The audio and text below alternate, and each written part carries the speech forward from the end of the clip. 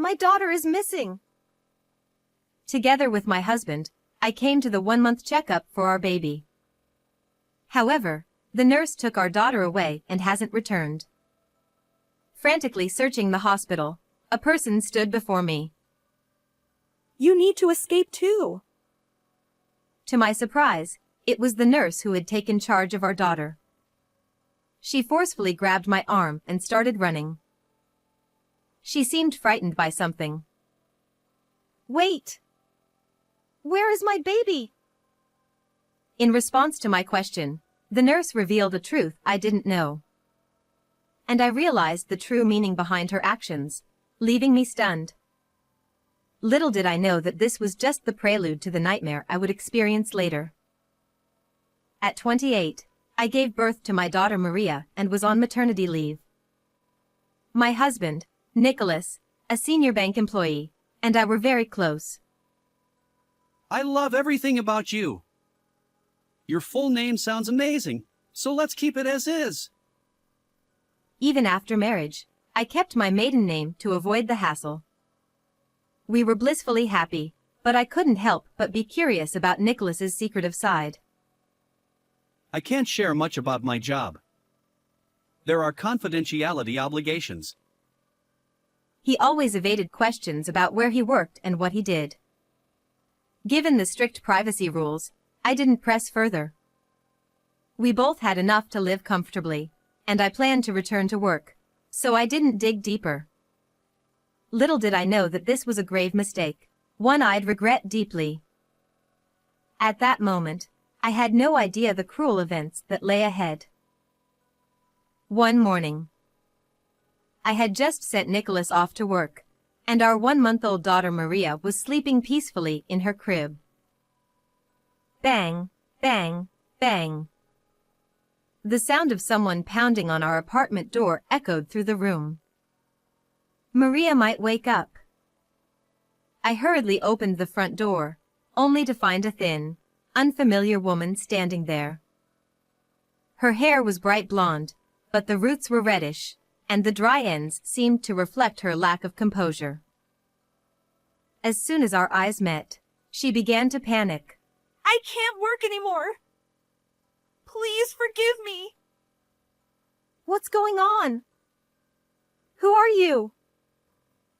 Despite my questions, she continued to cry and scream, making it nearly impossible to understand her. I don't know you. I think you've got the wrong person. Terrified by her intensity, I forcefully closed the door. Still, she remained outside, sobbing and repeating apologies. Should I call the police? Just as I reached for my phone, I heard a thud from the mailbox. The woman blurted out, I can't take it anymore. Tell him to contact me. And then disappeared. Tentatively, I checked the mailbox and found a business card inside. On it was the name of a place where a man and a woman might have drinks together. Could it be, was Nicholas having an affair? Did that woman confront me because of him? For a moment, those thoughts raced through my mind, but I quickly dismissed them. Nicholas would never do such a thing. Still, I couldn't shake the unease all day, and eventually, I had to ask him. He's always coming home late, but he wouldn't be seeing someone else, right? That night, when he returned from work, I cautiously broached the subject without mentioning the woman's visit. Nicholas seemed genuinely surprised. What's going on? Why the sudden question? I just wondered if you were getting tired of me. It was just a passing thought. What are you talking about? I'm head over heels for you. I don't talk to other women in private. He smiled gently and hugged me. Yes, that's right, the woman must have visited the wrong house. Relieved, I still couldn't bring myself to show Nicholas her business card or throw it away. Instead, I tucked it into the kitchen drawer. About a week later, something happened.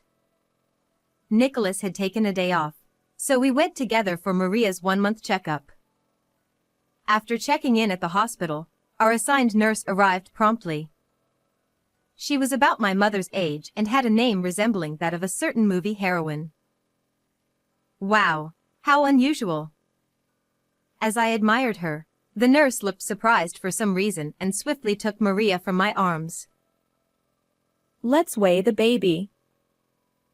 Before I could respond, she hurriedly left the room. However, 15 minutes passed, then 20, and still no sign of the baby. Why was it taking so long? Worried, I peeked into the examination room, but Maria wasn't there. I think my child came to be weighed? I asked another nurse nearby, and to my surprise, she tilted her head and said, No baby came for weighing at that time. Shocked, I explained the situation at the reception desk with Nicholas. Thanks to the memorable name, they quickly investigated. Turns out, not only did they not know where the child was, but they also couldn't find the nurse. This is unbelievable. Let's split up and search. Panicked, Nicholas and I decided to comb through the large hospital. As I hurried down a corridor leading to the back exit, the nurse suddenly appeared before me. You! Where's my baby?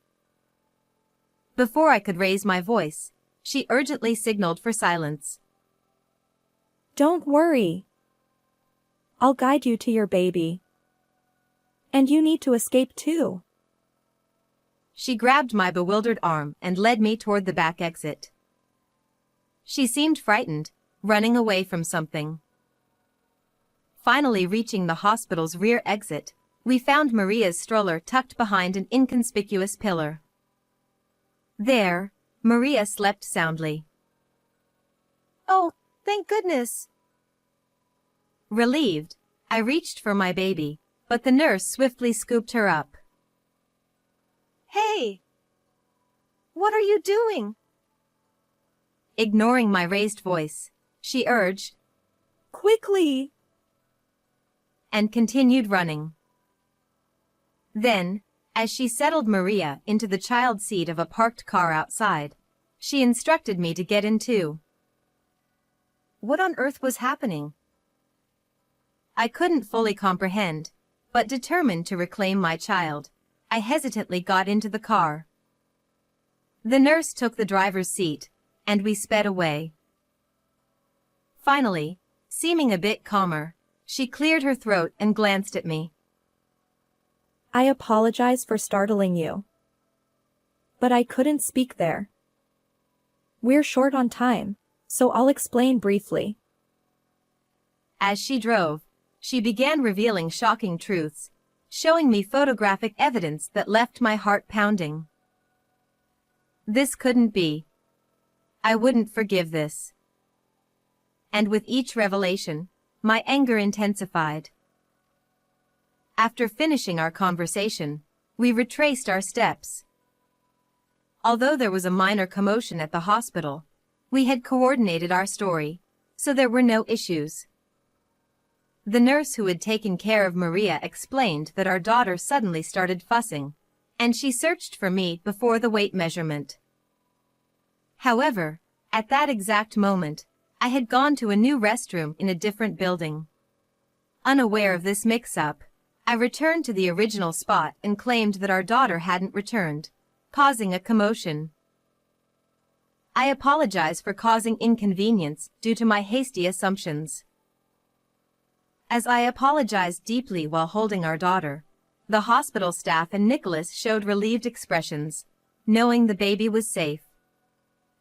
After firmly shaking hands with the nurse and bidding farewell at the hospital, I began preparing for revenge. From the next day onward, I met with lawyers, conducted investigations, and gathered evidence. With help from my family, I managed childcare. Then, 6 days after Maria's 1-month checkup. All right, let's go to the movies and have a dinner date. Excitedly, Nicholas stood in the living room, putting on his jacket. We had arranged for childcare with my parents during the day, planning a rare date night. However, as we headed toward the front door as a couple, we heard a loud pounding. Let me in! Listen to me! The voice belonged to the same woman who had visited us before. Without hesitation, I opened the door. There stood the woman. Trembling, Nicholas ignored her, but I took her hand and invited her inside. Nicholas protested. Hey! Don't bother with this mysterious woman. I can't just ignore her. She must have something important to say, right? I led her into the house, and Nicholas reluctantly followed. Seated on the living room sofa as I suggested, the woman began to speak. Introducing herself as Isla, she explained that she was a single mother struggling financially. She had visited a small financial company seeking a loan and encountered Nicholas. According to her, Nicholas was the owner of a lending business located in a mixed-use building. What? Weren't you a high-ranking bank employee? I exclaimed, shocked. Nicholas waved his hand in front of his face, denying it. What are you talking about? I'm certainly not some petty moneylender. But Isla stared coldly at him and continued. She felt favorably toward Nicholas, who kindly listened to her debt concerns. He advised her to borrow a large sum up front to reduce repayment amounts. It's a great deal. However, in reality, she was coerced into paying exorbitant interest, making repayment impossible. This is outrageous! Nicholas insisted. It's not me. You've got the wrong person. As I narrowed my eyes suspiciously, Nicholas repeated desperately. It wasn't me. Isla, undeterred, pulled out documents from her bag, loan agreements and transfer records, showing Nicholas's name and the company's name. She tearfully explained that she had already paid off the $20,000 loan but was now being forced to pay an additional $10,000 in interest. When she couldn't comply, she was coerced into working at a nightclub from evening until dawn, as evidenced by her diary entries. The truth revealed by Isla left me trembling with anger. Using debt as an excuse to force such unreasonable labor. Try putting yourself in their shoes. I trembled with anger at the appalling story. Perhaps feeling cornered, Nicholas raised his voice even louder than mine. I'm a top-notch banker. She's lying. Loan agreement? She even went to the trouble of creating such elaborate fake documents. According to Nicholas, he met Isla at a nightclub during a business engagement. Since then, she had been stalking him. Isla spread rumors that he was wealthy and worked for a major bank, saying, "He'll definitely make something of me." I kept quiet to spare you worry. After all, our child is still young. Regret washed over me as I looked at his apologetic expression. This is the perfect opportunity. Don't ever appear before me again. I want no further involvement. He glared at Isla, shouting, To think all this happened. Can I trust you? I asked Nicholas, and he nodded confidently, embracing me. Isla stared at us with a piercing gaze. Ignoring her, I discreetly retrieved a piece of paper from the living room shelf. Could you write this just in case your claims turn out to be nonsense?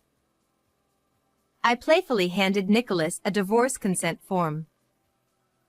Suddenly, Nicholas froze, as if confronted with a terrifying document. You won't even sign a consent form? You lack the courage? I showed my disappointment, and he snatched the paper, flustered. No way. Trust me. Writing a consent form is a piece of cake. I hesitated because I thought that would satisfy you. He laughed, swiftly signing the document and returning it to me. Believe in me. He thumped his chest confidently. Unable to contain myself, I burst out laughing. We did it! Success! I cheered, high-fiving Isla. Nicholas stared at our sudden excitement, eyes wide. You fell for it completely. We've exposed everything. I spread a pile of photos from a bag on the table. The photos depicted Nicholas frequenting a dubious financial company within a mixed-use building. They showed him taking multiple women to nightclubs, making them work, and withholding their wages after their shifts. Capturing the desperate pleas of these women and his heartless actions made me feel nauseous. Truth be told, I had secretly planted a GPS tracker in Nicholas's belongings and had been tailing him since the day of Maria's one-month checkup. While Maria stayed with my parents, I gathered evidence, discovering that Nicholas ran a ruthless loan shark business. You're no bank employee. I knew it 5 days ago when Isla told me. What? I confronted him with a furious expression. In fact, when Isla first barged into our home, I had used her business card to find her and hear her side of the story. Armed with the facts she provided, we staged this performance together to seek revenge. Fabricating lies and even calling Isla a stalker. Unbelievable. I said, and Isla nodded in agreement. And 6 months ago, you were already using aggressive collection tactics at the hospital.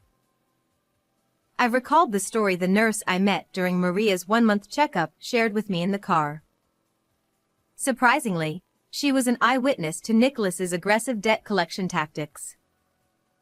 About 6 months ago, a woman covered in bruises was urgently brought in for treatment due to overwork caused by being forced to work relentlessly. While doctors and other staff tried to intervene, Nicholas and 2 other men burst into the room, shouting at the woman, Pay your debt. Running won't help. I'll chase you to hell. They even threatened her, saying, If you can't work to repay the debt, we'll use your life insurance.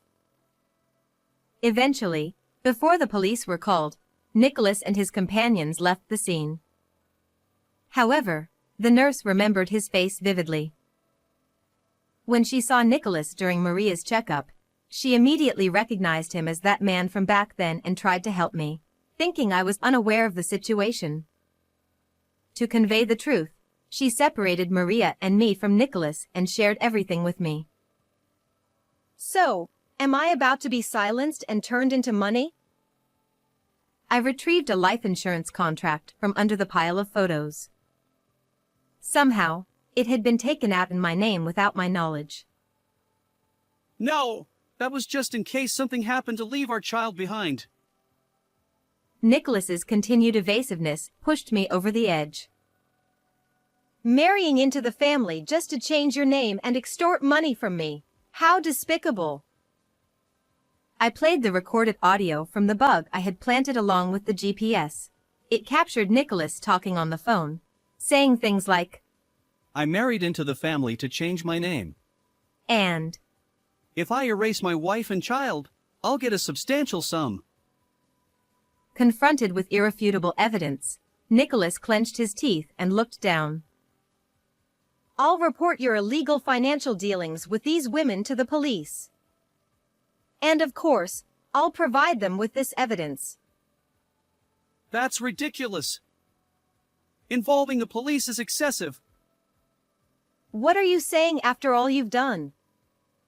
Emotional distress compensation of $10,000, child support of $150,000, totaling $160,000. Plus compensation for the victims. And let the police handle the rest. I glared at him with contempt, and Nicholas, teary-eyed, bit his lip. But, I won't agree to a divorce. I'll haunt you forever. Nicholas seemed determined to harass me as a last resort. He flailed like a child, throwing a tantrum. However, I had the signed consent form. Well, it's too late for that. I fluttered the paper, declaring victory. Seeing this, Nicholas seemed to remember that he had signed it. His face paled, and he slumped, defeated. In the meantime, sirens sounded in the distance, and a police car arrived. While Nicholas and I argued, Isla had called for help. Nicholas, thoroughly dejected, was dragged off to the police station.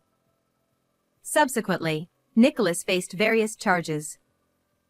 It became clear that he had extorted money from numerous people and forced them to work. Even the police officers interrogating him were furious. He was sweating and tearful during questioning. In court, the prosecutor pointed out his actions repeatedly, likely leading to more tears. The lawyer said, He'll spend years paying for his crimes in a dim room, and the compensation could amount to hundreds of thousands of dollars. Even if he gets released, he'll work tirelessly to repay his debts. Unfortunately, Nicholas only has money-minded associates. No one will help him. He'll face it alone. On the other hand, I promptly divorced him and began a new life with my daughter. Taking care of the baby was enjoyable, especially preparing her meals. I studied diligently, reading books and sharing my experiences on social media. My popularity grew, and I even published a recipe book. Plus, I got a little friendly with a male editor my age. He's dedicated to his work and great with kids.